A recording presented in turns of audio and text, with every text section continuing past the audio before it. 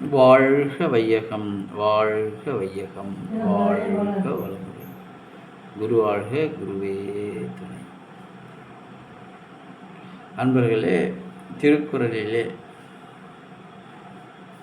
இறைநிலையை உணர்த்தும் வகையாக திருவள்ளுவர் என்ன கூறினார், அதை காலத்தாலே கடந்து வந்த இப்பொழுது வந்த மகரிஷி அதற்கு என்ன தெளிவுபடுத்தினார். அதாவது திருவள்ளுவர் வார்த்தையிலே ஒரு குறளாக, ஒன்றை அடியிலே ஒரு குறளாக ஒவ்வொரு விஷயத்தையும் இறைநிலையை அடைவதற்கு, அந்த கடவுளை அடைவதற்கு தேவையான வழிமுறைகளை இப்படி இருந்தால் இப்படி இறைநிலை அடையலாம் என்ற நோக்கத்தோடு சில வார்த்தைகளை ஒன்றை அடியிலே நமக்கு தெளிவுபட எழுதி வைத்தார். அந்த வார்த்தையிலே விளக்கம் கொடுக்கப்பட்டதை தவிர அதனுடைய செயல்முறைகளை பாமர மக்களும் உணர்ந்து செய்யக்கூடிய வகையிலே எளிமைப்படுத்தி தர அந்த நேரத்திலே அவருடைய காலகட்டத்திலே முடியவில்லை. அவர் கண்ட உண்மைகளை வார்த்தையிலே ஒன்றரை அடியிலே எழுதி வைத்து சென்று விட்டார். அது காலத்தாலே பல இன்னல்களைப்பட்டு பலருடைய அடிமைத்தனத்திலே இருந்து மீண்டு வெளிவர இப்போ ஆயிரக்கணக்கான வருடம் போய்விட்டது. அதற்கு பின்பு அந்த இறைநிலையாலே இந்த இறைநிலையை எல்லோருக்கும் உணர்த்த வேண்டும் என்ற பெருநோக்கத்தோடு அந்த இறைநிலையாலே படைக்கப்பட்ட மகரிஷி, அதாவது வேதாத்ரி மகரிஷி அவர்கள் இந்த திருவள்ளுவன் சொன்ன அத்தனை குறளுக்கும் தேவையான வழிமுறைகளை நம் உடல் அளவிலே செயல்படுத்தி காட்ட வேண்டும், இது எல்லோருக்கும் சென்று அடைய வேண்டும் என்ற நோக்கத்தோடு அனைவருக்கும் தனது உயிராற்றலை உணர்த்தி அந்த உயிர்நிலையை மேலெழுப்பச் செய்து ஆக்கினை எனும் சக்கரத்தில் நிறுத்தி பழக வைத்து அது துரியம் என்ற நிலைக்கு ஏற்றி துரியாதீதம் என்ற இறைநிலையோடு செயல்முறையிலே இறைநிலையை நம் உயிராற்றல் சென்றடைந்து தன்னுடைய பாவப்பதிவுகளை நீக்கும் முறைகளை ஆராய்ச்சி செய்து இது எல்லோரும் இந்த நிலையை அடைய வேண்டும் என்ற பெருநோக்கத்தோடு எல்லோருக்கும் இந்த மன்றத்தின் வழியாக இதை ஆசிரியர் பெருமக்களை உற்பத்தி செய்து எல்லா தவ மையங்களிலும் மன்றங்களிலும் உயிராற்றலை உணர்த்தி இறைநிலையை உணர்த்தக்கூடிய அளவிலே செயல்முறைக்கு கொண்டு வந்து விட்டார் என்பதை முன்றைய பதிவுகளில் எல்லாம் விளக்கமாக கூறினோம்.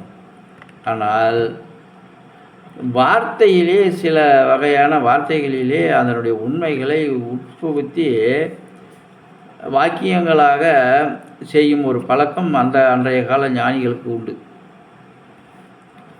அந்த முறையிலே பார்க்கும் பொழுது இப்பொழுது திருக்குறளிலே கடவுள் வாழ்த்து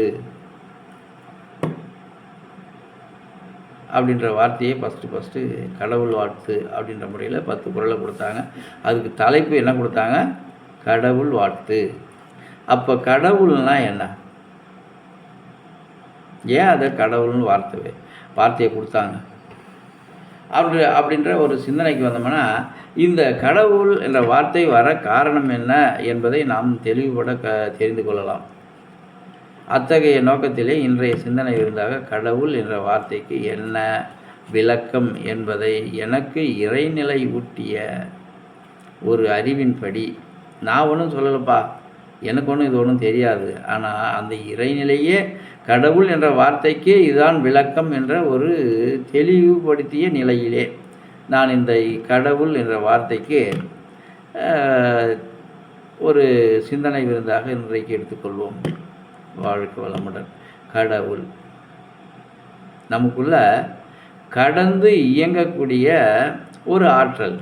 கடவுள் நமக்குள்ள என்னென்ன கடந்து நம்மளை இயக்குது அப்படின்னு நாம் இதுக்கு ஒரு ஆராய்ச்சிக்கு வருவோம். முதல்ல வித்துநாத சக்தியாக தாய் தந்தையரிடம் 2 கலப்புற செய்து கடவுளாக மாறுகிறது. அதாவது தாய் தந்தையின் உடலுறவாலே ஏற்பட்ட இந்த உயிராற்றல், இந்த உடலாற்றல் எல்லா உயிரினத்திற்கும் பொருந்தும். இது மனிதனுக்கு மட்டுமல்ல, எல்லா உயிரினமும் ஒரு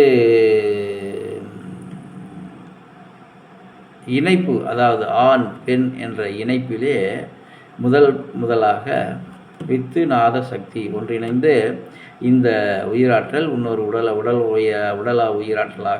உடலாற்றலாக மாறுகிறது. அப்போ அந்த இடத்திலே அந்த கடவுள் என்ற வார்த்தைக்கு விளக்கம் நன்றாக புரிந்துவிடும். கடவுள் ஒன்றுள்ள ஒன்று கடப்பது.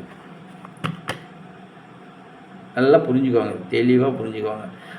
அப்போ ஒன்றுள் ஒன்று கடந்து இந்த உயிராற்றலை உட்புகுத்தி அதன் வாயிலாக இந்த உடல் ஆற்றலை உற்பத்தி பண்ணக்கூடிய ஒரு நிலைக்கு கடவுள். ஆமாப்பா, ஒரு உயிராற்றல் உற்பத்தி ஆகணும்னா தாய் தந்தையின் இணைப்பு தேவை. அப்போ ஒன்றுக்குள்ளே ஒன்று கடக்கும்போது அந்த உயிராற்றல் ஒன்றோடு ஒன்று இணைந்து உடலாற்றலாக மாறுகிறது என்பது இயற்கை, அதன் இயற்கை நியதி. சரி, அப்போ அந்த உயிராற்றல் உற்பத்தி ஆயிடுச்சு, ஒரு உடலாற்றலாக மாறிடுச்சு. அப்போ அந்த உடலாற்றல் ஒரு குறிப்பிட்ட மாதத்திலே ஒரு குழந்தையாக வெளிப்பட்டது என்று வைத்துக்கொள்வோம். அந்த ஒரு குழந்தை என்ற உடலாற்றலுக்கு என்ன கடக்கணும், அப்போ தான் அது இயங்கும் அப்படின்ற கற்பனைக்கு வந்தோம்னா, சிந்தனைக்கு, அதாவது கற்பனை இல்லை, சிந்தனைக்கு வந்தோம்னா, முதலிலே பிறந்த குழந்தைக்கு உணவு தேவைப்படுகிறது. என்ன தேவைப்படுகிறது? உணவு தேவைப்படுகிறது. அப்போ அந்த உணவு என்ற ஒரு பொருள் உள்ளே கடந்தால் தான் அந்த உடல்நிலை இயக்கத்திற்கு தேவையான வழிமுறைகளை வகுக்கும். அதாவது கடவுள் என்ற நிலையிலே உடலிலே ஒன்றுள் ஒன்று கடந்து ஒரு உருவாற்றலாக வெளிப்பட்டது. அந்த உருவாற்றல் இயக்கத்துக்கு என்ன தேவை? உணவு கடக்கணும். உணவு கடக்கணுமா வேணாவா? அப்போ உணவு கடக்கலைன்னா அந்த உயிராற்றல் நிலைக்குமா? நல்லா புரிஞ்சுக்கோங்க.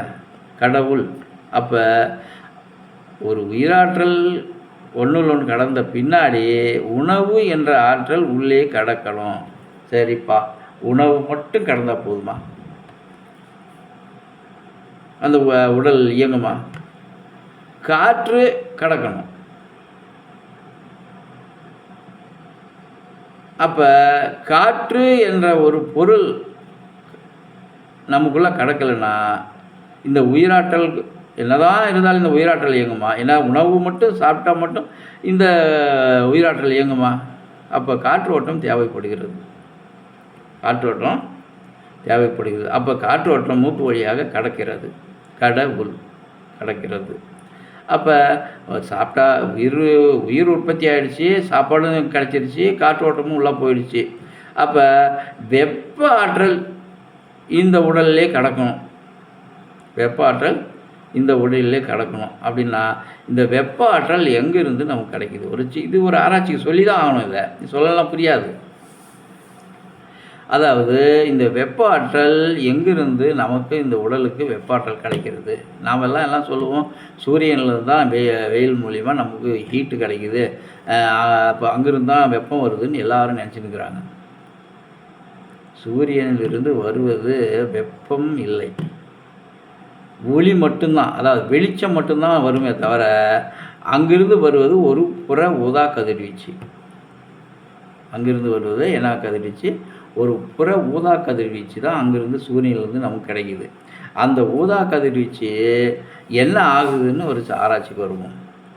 இப்போ நம்ம பூமி 24,000 கிலோமீட்டர் சுற்றளவு இருக்குது அப்படின்னு ஒரு ஆராய்ச்சியாளர் கண்டுபிடிச்சிட்டாங்கன்னு வச்சுக்கோங்க. நாமளும் கண்டுபிடிச்சிட்டோம், இருக்குது. அப்படி தான் இந்த 24,000 கிலோமீட்டர் உடைய சுற்றளவு பார்த்திங்கன்னா உள்வட்டமாக ஒரு 10,000 கிலோமீட்டர் உள்வட்டமாக தண்ணியும் மண்ணும் கலந்த கலவை, தண்ணி மண் உலோகம் எல்லாம் கலந்த ஒரு கலவை அடர்த்தியாக மேலே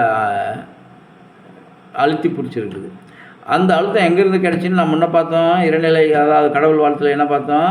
அந்த சூழ்ந்தழுத்து மாற்றல், அந்த ஆதி எனும் பரம்பொருள் சூழ்ந்தழுத்து மாற்றலால் இருக்கப்பட்டு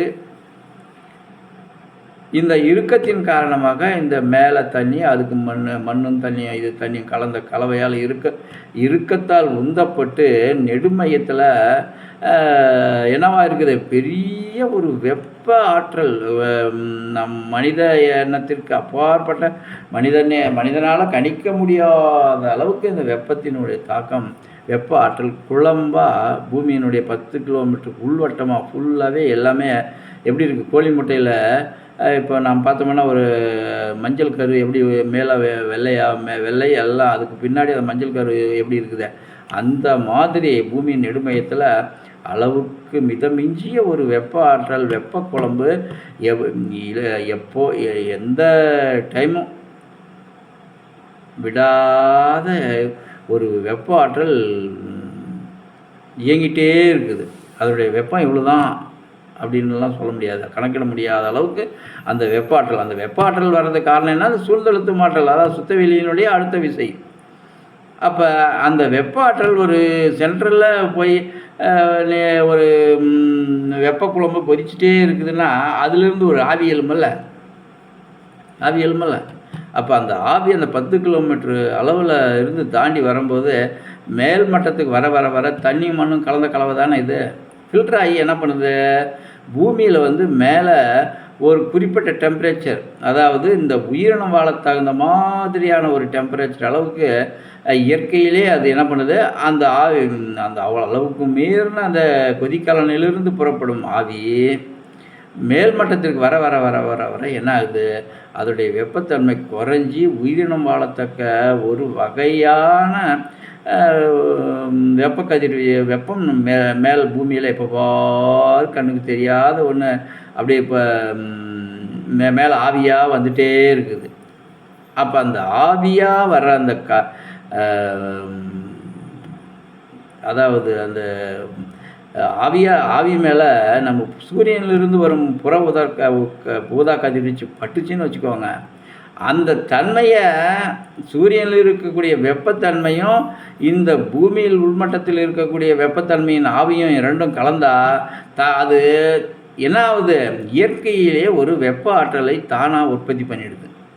அப்போ எங்கேருந்து வருது நமக்கு அந்த வெப்ப ஆற்றல், பூமி நெடுமையத்திலிருந்து தான் நமக்கு அந்த வெப்ப ஆற்றல் கிடைக்குது. அந்த பூமியில் இருக்கிற நெடுமையத்தில் இருக்கிற அந்த வெப்ப குழம்பு இல்லைன்னா சூரியனிலிருந்து வருகிற அந்த வெப்பம் நமக்கு தெரியவே தெரியாது, -, டிகிரியில் போய் நிற்கும். அப்போ -டிகிரினா ஒரு உதாரணம் சொல்லலாம், பூமியிலிருந்து ஒரு 20,000 கிலோமீட்டருக்கு மேலே போயிட்டிங்கன்னா வெப்பமே சூரியன் பிரகாசமாக தெரியும் கண்ணுக்கு, ஆனால் அது என்ன தெரியும், அப்படி நடுங்கிற அளவுக்கு குளிர் -டிகிரியில் போய் நிற்கும். அப்போ சூரியன் கண்ணுக்கு தெரியுதே, ஏப்பா இது இவ்வளோ குளிராக இருக்குதுன்னா அந்த வெப்பம் பூமியிலிருந்து தான் நமக்கு கிடைக்கிது, மேலே இல்லை. சூரியனிலிருந்து வருகிற ஒளி தான், ஊதா கதிர்வீச்சு தான் நமக்கு கிடைக்கும். இந்த ஊதா கதிர்வீச்சும் நெடுமையத்தில் இருக்கிற அந்த குழம்பிலிருந்து, அந்த எரிக்குழம்பிலிருந்து எழக்கூடிய ஒரு ஆவியும் இணைந்தால் அந்த வெப்ப கதிர்வீச்சு நம்மளுக்கு சூடாக தெரிகிறது. அது வெப்ப ஆற்றலை தானாக உற்பத்தி பண்ணிவிடுகிறது, இயற்கையிலேயே இது. அந்த வெப்ப கதிர்வீச்சு தான் நமக்கு வெப்பமாக நம்ம உள்ள கிடக்குது. என்னவா கிடக்குது, வாயில் உணவாக கிடக்குது, மூக்கில் காற்றாக கிடக்குது. இந்த பூமி நெடுமையத்தில் இருக்கிற ஆவி நம் உடலிலே வெப்பமாக இயங்க நமக்கு உதவி செய்யுது. அப்போ அடுத்தது என்ன, இது மட்டும் இருந்தால் போதுமா, உணவுப் பொருள் கிடைச்சா கடந்தால் போதும், காற்று கடந்தால் போதும், இந்த வெப்பம் கடந்தால் போதும் அப்படின்னா, இந்த உடல் இயக்கத்துக்கு தேவையானது நீர். அப்போ இந்த நீர் நம்மளுக்குள்ளே கிடக்கலைன்னா இந்த இரத்த ஓட்டம் ஒழுங்காக இயங்காது, இந்த டெம்பரேச்சர் ஒழுங்காக வச்சுக்காது.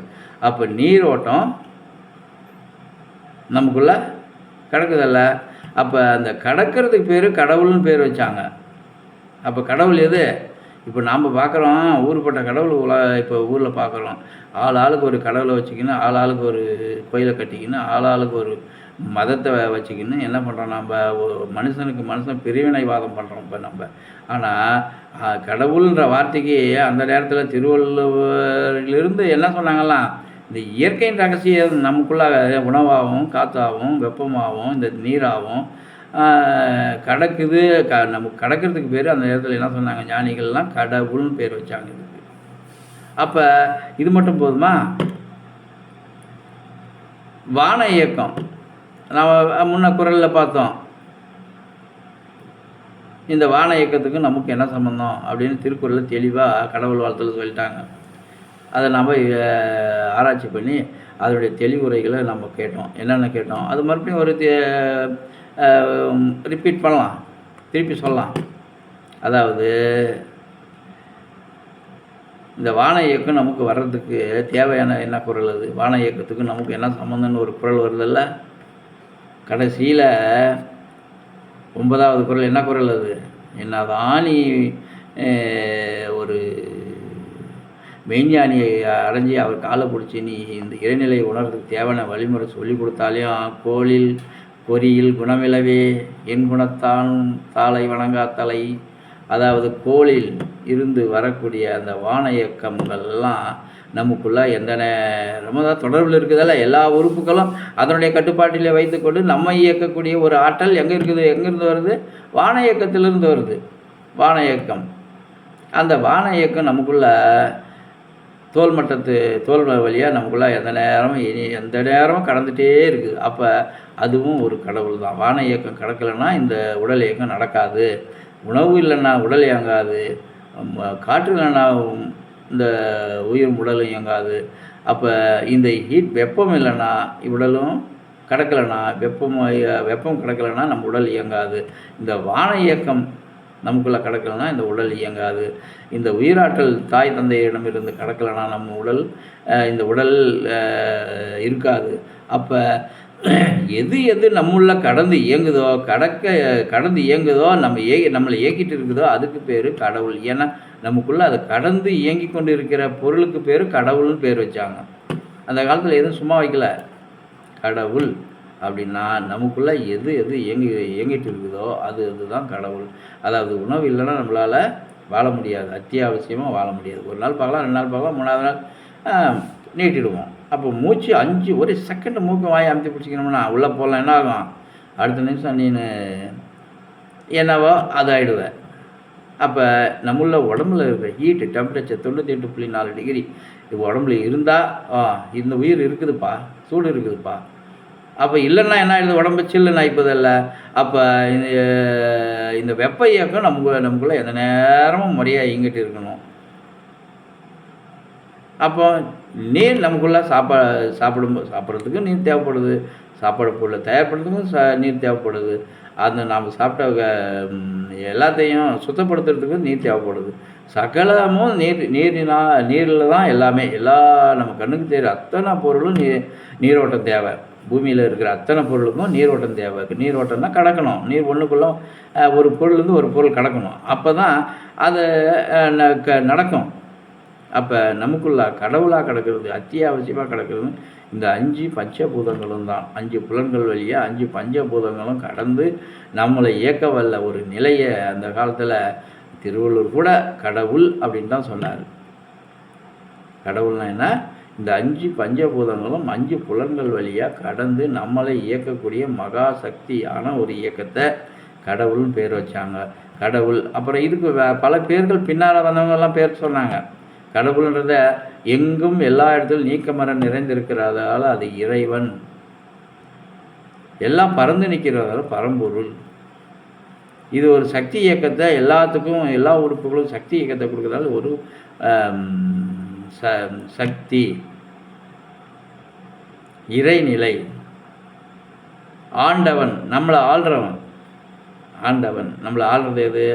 இந்த நிலம், நீர், நெருப்பு, காற்று, பிருத்திவி, அப்பு, தேய்வு, வாயு, ஆகாசம் என்ற 5 விதமாக நம்மளை ஆளுமை செய்கிறது. அப்போ அதுக்கு என்ன பேர் இருக்கு? ஆண்டவன். இப்படி ஒரே விஷயத்தை பல வார்த்தைகளாக நம்மளுக்கு விளக்கி சொன்னாங்க முன்னோர்கள். அதை ஆராய்ச்சி செய்யும்போது இறைவன் என்பவன் ஒரு குறிப்பிட்ட இடத்துல இருக்கிறானா அப்படின்னா எல்லா இடத்திலும் நீக்கமரம் நிறைந்துள்ள இந்த இறைவன். இந்த இறைவனுக்கு ஏதாவது உருவம் கொடுக்க முடியுமா அப்படின்னா கண்டிப்பாக கொடுக்க முடியாது. எந்த உருவமும் கொடுக்க முடியாது. இல்லை இந்த இறைவனுக்கு ஏதாவது மதம் அப்படின்னு வைக்கலாமா? இந்துன்னு வைக்கலாம், முஸ்லீம்னு வைக்கலாம், இல்லை கிறிஸ்டின் வைக்கலாமா? எந்த மதமும் சேராத ஒன்று. இந்துவும் இந்த பஞ்சபூதங்களால் ஆளுபவன், இஸ்லாமியரும் இந்த பஞ்சபூதங்களால் இயக்கப்படுபவர்கள். அதே கிறிஸ்டினும் இந்த பஞ்சபூதங்களால் அந்த அப்போ இயக்கப்படுபவர்கள். அதனால் இந்த பூமியில் வாழும் அனைத்து உயிரினங்களும் அந்த பஞ்சபூதங்களால் நம்முள் கடந்து இயங்கக்கூடிய நிலையிலே உள்ளவர்கள். அதனால் இதுக்கு எந்த மதமும் இல்லை. இதை எந்த மதத்தவரும் இல்லை எங்களுக்கு தான் இதெல்லாம் பொருந்தும், உங்களுக்கு தான் அதெல்லாம் பொருந்தும், அதெல்லாம் கிடையாது. மனித குலம் இந்த உயிரினத்துக்கு, பூமியில் வாழும் அனைத்து உயிரினத்துக்கும் இது பொருந்தும். இதுக்கு எந்த மதமும் யாரும் இதை எல்லை கட்டி எனக்கு தான் அப்படின்றதெல்லாம் ஒன்றும் கிடையாது. கடவுள்ன்ற வார்த்தைக்கு இது எனது தான். இப்போ எம் மதத்தில் தான் இந்த பேர், இல்லை உங்கள் மதத்தில் அது பேர், அதெல்லாம் கிடையாது. பொதுவான ஒரு வார்த்தை, இது பொதுவான விஷயம், எல்லாருக்கும் ஒன்றே. எந்த மதத்தினரும் பிரிவினைப்படுத்த முடியாத ஒரு வார்த்தை என்னன்னா கடவுள். அப்போ அந்த கடவுள்ன்ற வார்த்தையை திருவள்ளுவர் கூட கடவுள் வாழ்த்து, அதாவது இந்த மாதிரியான கடவுளுக்கு வாழ்த்து சொல்கிறோம். என்னென்னு சொல்கிறோம்?